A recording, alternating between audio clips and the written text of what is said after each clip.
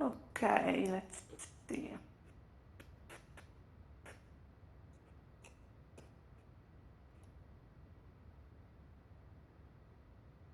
Perfect.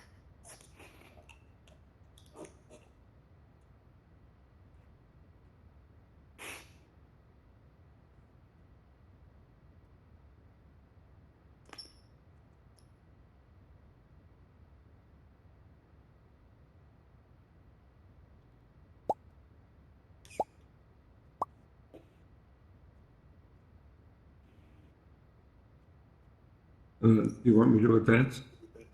Yes, please. So back to the slides about the literature analysis. So two more. Okay, this one. So as I was saying, we look at the literature about the use of virtual reality and augmented reality, general in education in different contexts, so middle school, high school, and also college. And what we found from the literature in general is that virtual reality and augmented reality, they both help students engage more with the content, they increase motivation, but also what we have seen in the studies is that the uses of these technologies are limited. So usually they are case study, they are short study, and it's not a longer implementation of these technologies. And if we could go forward. Now, if we look at the limitations of this technology in education, as we probably know, cost and accessibility, it's not completely accessible yet to educational context, and also there might be some visual issues, locomotion issues, and sickness. And I'm going to talk more about this with the study I did with Google Cardboard. Also compatibility across hardware and software, and also, as we know, in a school context, you need to have that administrator and teachers buy-in, and that could be a problem to get people on board on using these new technologies for educational purposes. Also because some people might consider virtual reality and augmented reality for gaming purposes and not necessarily for learning and for education. Okay, if we could go forward. Now, for the study that I did with Italian students, I'm interested in looking at how we can use these technologies for the development of intercultural competence, cultural awareness. And for me, it was important to make this technology accessible to students and not to be, let's say, a burden on them. And so I selected Google Cardboard. As we know, it's a cheaper option as compared to Oculus or other more expensive headsets. And students use their own devices and the YouTube app to access virtual reality 360-degree videos on their devices. And so these were Italian language learners at a higher education institution. And what happened, I would tell them, you're going to be standing in a street in Florence. What do you expect to see? So these type of questions that I give them beforehand, before they were immersed in these virtual environments.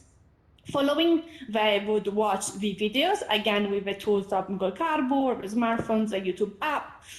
And then they had some small group discussions about what they saw. And then we follow up with a class discussion. Okay, let's go forward. And so I selected various locations in Italy. As you probably know, on YouTube, you can find 360-degree videos that can be watched on your smartphone with a headset such as Google Cardboard, and will become virtual reality. And I selected Florence, Modena, Bergamo, and Milan. And we have a picture over here of the students who took part in this activity with their smartphones and Google Cardboard. Let's go to the next slide. And so in this case, students were immersed in this street in Florence. So the video was 360 degree in VR. It was moving. So there was a person who recorded the video by walking through the street in Florence. And in the first reflection, students brought it again what they expected to see. And so this student brought that she was expecting to see a lot of art everywhere in Florence. So this was her idea of Italy and having art everywhere. And then she viewed the video and she brought her second reflection about what she saw. And she was surprised, but she didn't see that much art everywhere. And so she had some cultural stereotypes and expectations before being immersed in this environment. And after she was immersed, her understanding changed about how Italy might be. And this happened with the other videos as well. Okay, let's go to the next slide. And so the findings from this small pilot study that precedes my dissertation is that language learners have some stereotypes and some understanding of Italy, and in this case Italian culture, that change after being immersed in these virtual environments. And also by using virtual reality, we were able to experience environments that are otherwise inaccessible unless they have the opportunity to study abroad. And also, it's important in this case, and luckily I had the university support to have some type of support from your institution, because it was through my institution that I was able to buy Google Cardboard for the students for this activity. And if we look at the learning theories, this type of activity and learning through these virtual environments, it supports situated learning, so the fact that students get immersed and situated in an authentic environment, and also personalized learning, because students are not just looking at a flat picture in the textbook or a flat video, but rather they can turn around in this 360 degrees environment and choose what's important to them, focus on what's important to them, and change their understanding of, in this case, the Italian culture and Italian places. Okay, and now Betu, my presenter, she's going to talk about another study with augmented reality. Okay, so as an instructional designer, my main concern was the VR and AR technologies are excellent, but how can I use this in a meaningful way in a graduate level course, and how can this benefit students, and how would learning design would look like?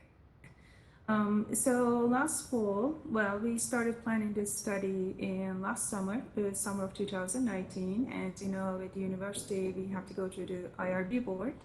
And so we picked as an AR tool Aurasma HP Review.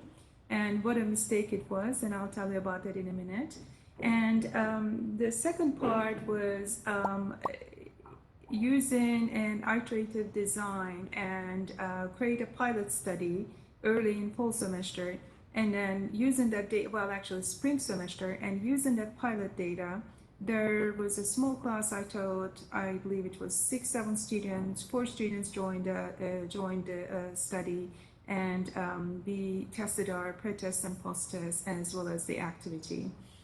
And what you see in this slide is that we use, if you're familiar with Michael Allen's SAM theory, not a theory, it's a model to design. It's basically you create this small prototypes. It's called SAM1. SAM2 is it's a more advanced version of this model. And you create your prototype, you get the feedback from the system, and you perfect it until you get to a satisfactory level. So what you see here is that we had 2 graduate level courses, 8 students each, total of 16 students, and 13 of those students joined the study, participated in the study. And what I did was to create, and I teach fully online, so I created an online module. And I use the same modules in 2 different classes, exactly in the same manner. So there was no any other change in the environment. The module included pre-test and post-test, and it was a full activities, the video, the explanations, the handouts, and what students need to be doing it. And you can email us if you want to get more information about that module. Because I mean, I do teach online, but that was quite a work to just create one module completely and fully integrates AR. The pre-test and post-test, as you can imagine, they are the same instruments. We just gave the students at the beginning and at the end of the activity. If we can move to the next slide. Here you see the visual representation of the SAM1 model. As you can see, you just create a module, evaluate it, get feedback, and develop it further, and go through this process a few times until you perfect your module. So in the first, unfortunately, this whole study was done using HP Reveal, and we had a lot of issues with it. And if you are familiar with it, and this was exactly the time in the summer after we got our IRB approved, the HP Reveal sort of closed the app a little, and it was very limited, and our students run into a problem. So we switched to MetaVerse, which did work better in our study. Let's move to the next slide. We also use what is called threshold concept. This is comes from Christensen's study in the late 90s and early 2000s. Basically, she recommends that for an emergent technology to be effective, it has to do two things. One, it has to disrupt from the student perspective. Students need to have a new idea of using a technology. Technology needs to be novel and innovative in some manner. And then on the other side, it should also disrupt the teacher's practice. Teachers should constantly reflect, constantly think about what they're doing, almost think of it as an action research, and think about what they're doing and revise their design and their usage. So threshold means that you meet these two criteria in order for your emergent technology to be successful. So let's look at the results. If you move to the next slide, you can see that the majority, and this is educational technology program. So students are, few of them are majors, most of them are not, coming from all different programs at the university, and this is not a teacher education program. But obviously, these students are taking this course because they have an interest in technology, and as you can see, even then, the majority of these students know not much about AR or VR. They never used it. If we can move to the next slide. These are some of the comments we got from the students. They were excited about this technology, but they really didn't know what to do. They didn't know how to design a learning environment using this technology. I think their time is almost up. Let's move to the next slide. In the post-test, you can see that students feel much more comfortable using it at the beginning, and this is after HP Reveal and all the problems we run into using this particular software. It's supposed to be very easy, but it wasn't. And so students even then felt much more comfortable, and when we tried to study with MetaVerse, the results actually were even more positive. Let's move to the next one. You'll see some open-ended comments there. One of them said the technology is not intuitive. This is for, again, HP Reveal. They had difficulties, again, coming up with an activity. They didn't know how to integrate it. Some students wanted to see some examples. In each of my classes, I showed them examples, but this was a brand new activity for me, so I didn't have anything to show them. So let's go to the last slide. In future, we know that technology is an issue, standardization is an issue. We've been doing a lot of planning for the VR integration for the upcoming fall semester, but the issue is what works in Oculus, it doesn't work in other systems, and the software is an issue. I just came up with this new AR software, Adobe Aereo, if you know about it, but it only works in a certain software. So standardization is definitely a problem. Affordability, there is, when I talk to my other colleagues at the university, there is sort of a move towards requiring a headset for students rather than buying a textbook, but still it's too expensive to buy for one class. And then finally, the pedagogy. No matter what technology does for us, if you don't have a solid background, a solid learning design attached to it, it really has no meaning to it. You can have the best cutting-edge technology in the world, but if you don't have an idea in terms of what to do with it, it's not going to be successful. And the final note is that unfortunately we look at a lot of literature review, and what we found was everything we found was in STEM fields, and outside of STEM, if you're not teaching STEM, the examples are very little, and the empirical research from the education side it's pretty much like it.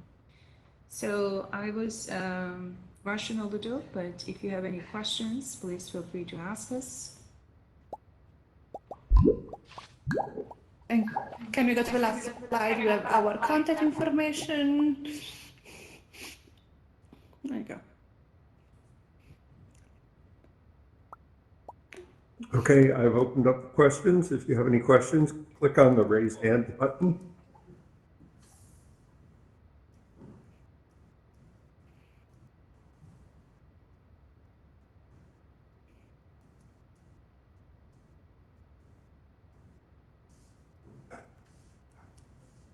Margherita, since nobody else has a question, Yeah. did you find that dropping students into an Italian street actually enhanced their ability to learn Italian? Yeah, that's a good question. So it's difficult to measure intercultural competence and cultural awareness. I focused on culture more than the speaking skill, for instance, but what I noticed is that really immersing them in these virtual environments that were moving, something was happening, and they could turn around and decide what to focus on, they really changed their understanding of the Italian culture and these Italian places. I did another study before with some colleagues, and in that case, students were immersed in an Italian coffee shop. And no, it was an Italian bakery actually, in an Italian bakery, and they thought that they were going to see this pastry chef with a big white hat making pastries right in front of them. So that was their idea of an Italian bakery. And then when they view this video that I recorded myself in Italy, it was different. It was more about selling bread, and people were just going in and out very quickly. There wasn't really a pastry chef making pastry right in front of them. And so what I noticed through the use of this technology with language learners is that really they change their understanding of Italian environments. And so if they do happen to go abroad, they in a way already know what to expect because they already experienced these environments through virtual reality, and they reflected on them, and they engage in these discussions in the classroom with their instructor, and got a better understanding of how it would be to be in Italy themselves in person. Tony?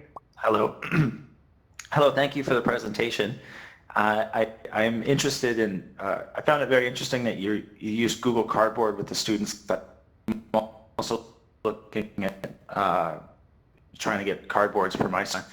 But I'm finding it a bit challenging because on the content creation side, or basically I just have to use what's around me because my students can't control things like they can with the headsets when it comes to you know, getting around their environment. They're just basically participants. Is that did you find any way to use the Google Cardboard? I'm very new to using it myself. That is anything but a 360 viewer. I mean, that's a good question. Yeah. And what I initially did, yes, they were just participants, so they were only seeing these videos, and we were standing in the video without really necessarily interacting with the environment. But now I'm working on my dissertation project, and I'm going to be using Wanda VR. I don't know if you heard of it. In Wanda VR, you can still use Google Cardboard. Students can still use their smartphones, but there can be some type of interaction with gaze. And so with Google Cardboard, there isn't really a remote or something they can use, right? They're just holding the cardboard with their hands and looking at the environment. But with Wonder VR, they can look at something specific in the video and through gaze, something pops up to them. Oh, interesting. And so this is the type of interaction that I plan on integrating in my dissertation work with students, because I agree it's nice to use this technology, but we also want students to have some type of participation in this video, some type of interaction with the content.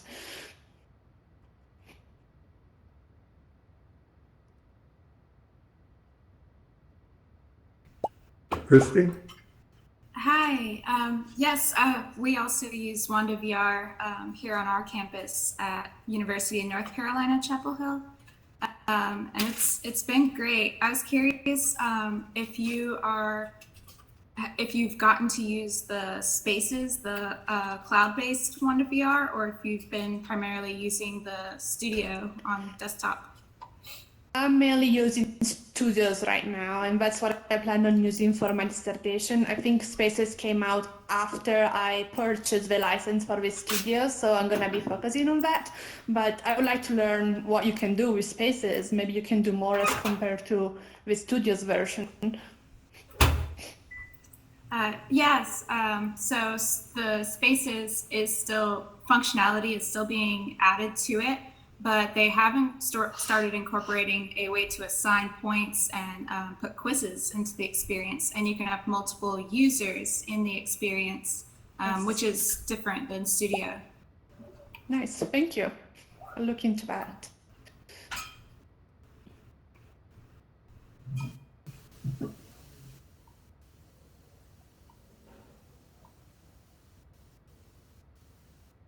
Valerie, you have to accept. Try again.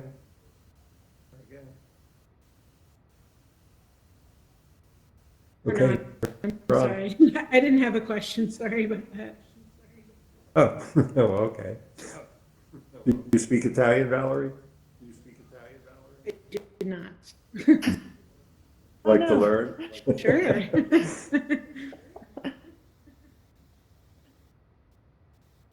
Okay, anybody else?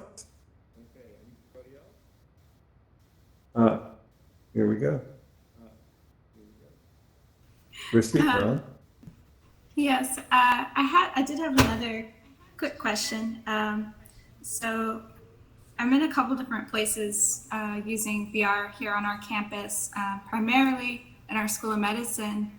But this summer, another department of ours is going to Rome, and they've asked me to TA their class to help them record in 360 to create virtual experiences using Wanda VR. And I was just curious if you had any insights on what kind of environments would be good to capture, like you mentioned, going into a bakery and how that experience might be different than what someone was expecting, or a certain going down the street and seeing less art. I'm just curious if anything comes to mind for places you might not think of capturing in 360.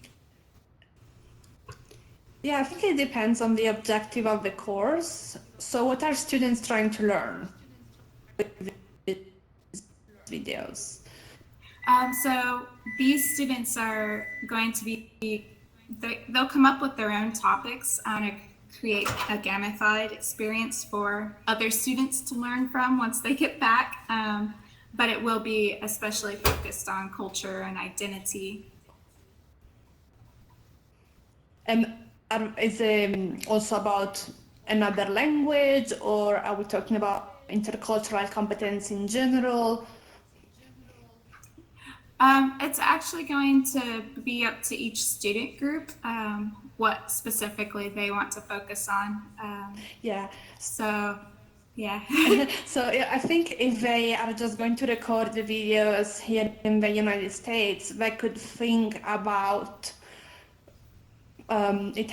American environments that are, I guess, stereotypical from another perspective, or maybe American environments that are representative always in a certain ways in movies, but then in reality were different, so they could think about that.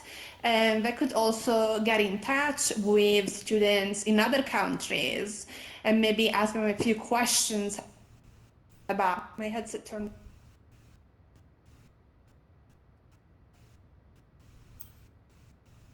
Margherita, I think we're losing you. My headset turned off. Ah, So I'm on the desktop through the tools account now. What I was saying is that students can also ask questions to other students abroad and perhaps ask them what they think tackle those different issues and record videos related to the responses of students in other countries. that makes a lot of sense. And so these students from our school will actually be going to Rome this summer. But it'd be great, that's a great idea if they would connect with students there in Rome and kind of get their help identifying what would be good spots to record in 360 to bring back home. Right, yes. And please send me an email. I think we should connect. Yes, I will send you a message on here. Perfect. Thank you. Thank you. By the way, I don't intend on the stage, but it just keeps happening. Sorry. Connie, you had a question? Yes, I do. Can you hear me well? Yes. Yes. Perfect. So I was wondering, for language learning, what do you think is the single most important benefit of VR technologies for language learners? Okay, I'm back, if you can see me. So I think a big benefit of virtual reality for language learning is just the ability to really put students in these environments that are otherwise inaccessible. So if we look at the ability of students if we look at the numbers of students who study abroad every year, and I'm talking about higher education context, I believe it's around 10-11% of students were able to do that. And so with virtual reality, we're able to include the remaining 85-90% of students through these experiences where they're immersed in these environments. And of course, it's not the same as going in the actual country, but they can just get closer to that experience of being there and listening to the target language that they're studying in that specific environment where it's spoken. But I think a lot still needs to be done in this context. We have some research about language learning and virtual reality, but again, they are very short studies, and we need to do more. Okay, thank you very much.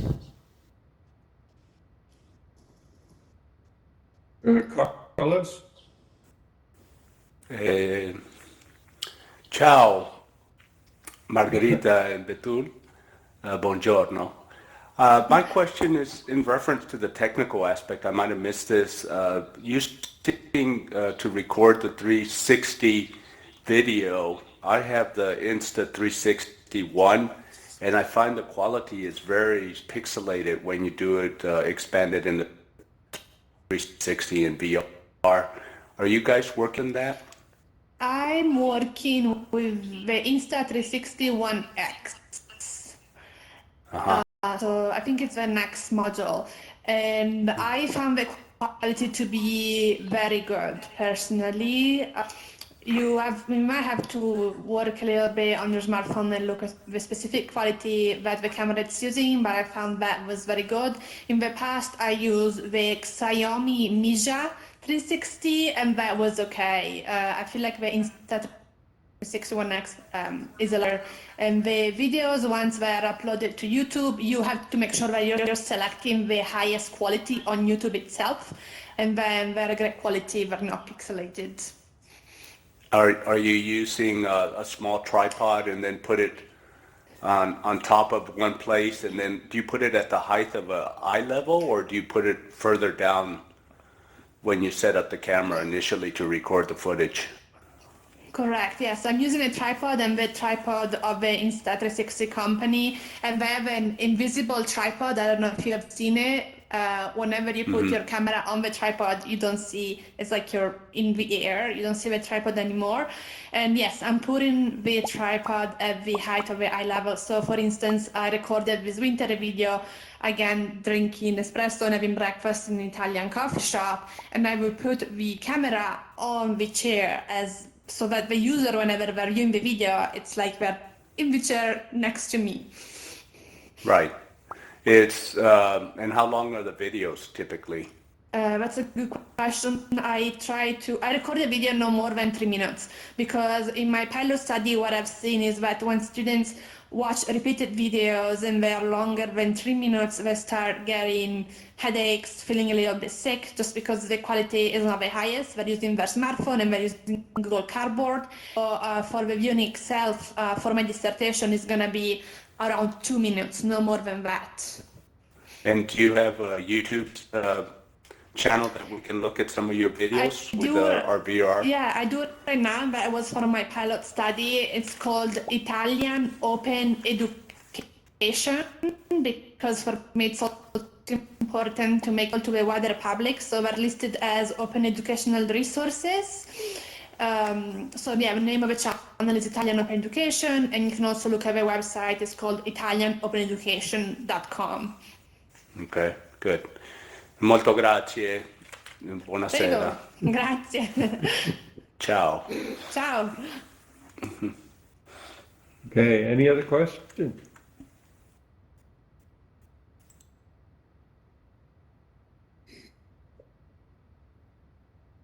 I guess not. Well, let's have a round of applause. I think Margherita and her friend did a great job. Margherita, are you going to make yourself available in the public area for? Yes.